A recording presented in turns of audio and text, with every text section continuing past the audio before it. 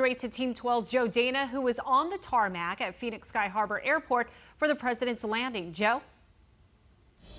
Air Force One arrived here on this hot June afternoon, just after about 2 o'clock.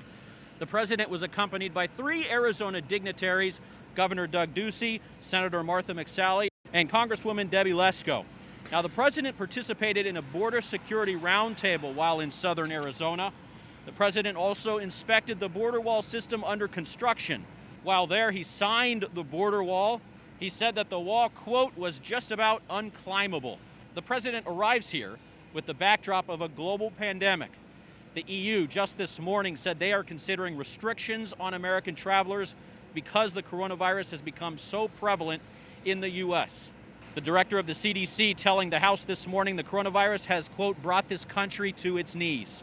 Arizona was identified as one of 3 states where community spread is happening fastest nationwide.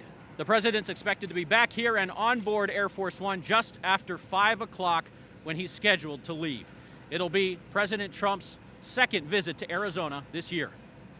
Joe Dana, 12 News.